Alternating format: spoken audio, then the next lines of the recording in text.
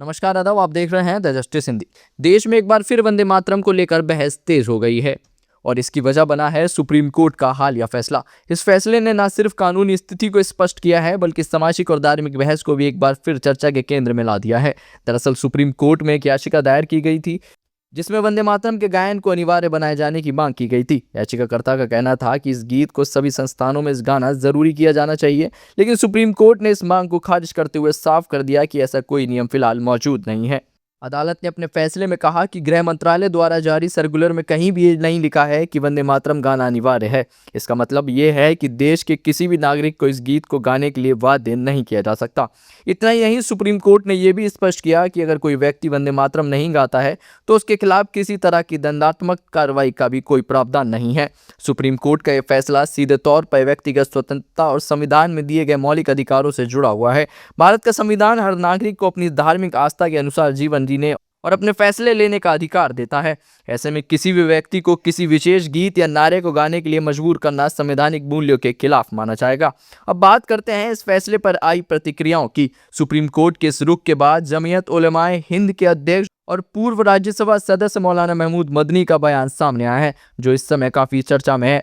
मौलाना मदनी ने साफ तौर पर कहा कि जमीयत का रुख इस मुद्दे पर पहले से ही स्पष्ट रहा है। उन्होंने कहा कि वंदे मातरम उनकी मूल आस्था तौहीद के खिलाफ है। इस्लाम में अल्लाह के अलावा किसी और की इबादत की इजाज़त नहीं है, जबकि वंदे मातरम के शब्दों में माँ की पूजा का भाव व्यक्त होता है, जो मुस्लिम धर्म के सिद्धांतों के अनुरूप नहीं है। उन्होंने कहा कि किसी भी नागरिक को उसके धर्म, आस्था और अंतरात्मा के खिलाफ जाकर कोई काम करने के लिए मजबूर करना न सिर्फ गलत है बल्कि सीधे तौर पर संविधान का उल्लंघन भी है। उन्होंने जोर देते हुए कहा कि भारत का संविधान हर व्यक्ति को धार्मिक स्वतंत्रता का पूरा अधिकार देता है और इसे किसी भी प्रशासनिक आदेश, सरकारी दबाव या सामाजिक दबाव के जरिए छीना नहीं जा सकता। मौलाना मदनी ने आगे चेतावनी भी दी। उन्होंने कहा कि अगर देश के किसी भी हिस्से में किसी छात्र, संस्था या व्यक्ति को वंदे मातरम गाने के लिए मजबूर किया जाता है तो जमीयत उलेमाए हिंद चुप नहीं बैठेगी और ऐसे मामलों में अदालत का दरवाजा खटखटाएगी। इसी बीच मौलाना महमूद हसन मदनी का एक और बयान भी सामने आया है जिसने इस बहस को और गहरा कर दिया है। उन्होंने कहा कि आज के समय में भारत का मुसलमान खुद को कॉर्नर्ड, अनसेफ और ह्यूमिलेटेड महसूस कर रहा है। उन्होंने कहा कि यह किसी एक घटना की बात नहीं है बल्कि कई घटनाओं की एक श्रृंखला है। उनके अनुसार प्रशासन, पुलिस और सरकारों का रवैया कई बार पक्षपातपूर्ण नजर आता है, जो चिंता का विषय है। उन्होंने ये भी कहा कि जिन संस्थाओं का नाम नाइंसाफी को रोकना और पीड़ितों को न्याय दिलाना है, वे कई मामलों में चुप नजर आती हैं। मौलाना मदनी के इस बयान के बाद अब यह मुद्दा केवल वंदे मातरम तक सीमित नहीं रह गया है, बल्कि ये सामाजिक माहौल और अल्पसंख्यकों की सुरक्षा की भावना से भी जुड़ता हुआ दिखाई दे रहा है। अगर पूरे मामले को व्यापक नजरिए से देखा जाए तो ये केवल एक गीत का मुद्दा नहीं बल्कि ये व्यक्तिगत स्वतंत्रता, धार्मिक अधिकार और संविधान के मूल सिद्धांतों से जुड़ा हुआ सवाल है। सुप्रीम कोर्ट का फैसला इस बात को और मजबूत करता है कि भारत एक लोकतांत्रिक देश है जहां हर नागरिक को अपने विश्वास और आस्था के अनुसार निर्णय लेने की पूरी आजादी है। आज की तारीख में भारत का मुसलमान अपने आप को कॉर्नर्ड, अनसेफ, ह्यूमिलिएटेड, ये 3 शब्द मेरी समझ में इस वक्त आए हैं, बहुत शिद्दत से महसूस कर रहा है। मैं किसी एक पर्टिकुलर इंसिडेंट की बात नहीं करूंगा बल्कि सीरीज हैं इंसिडेंट्स की, और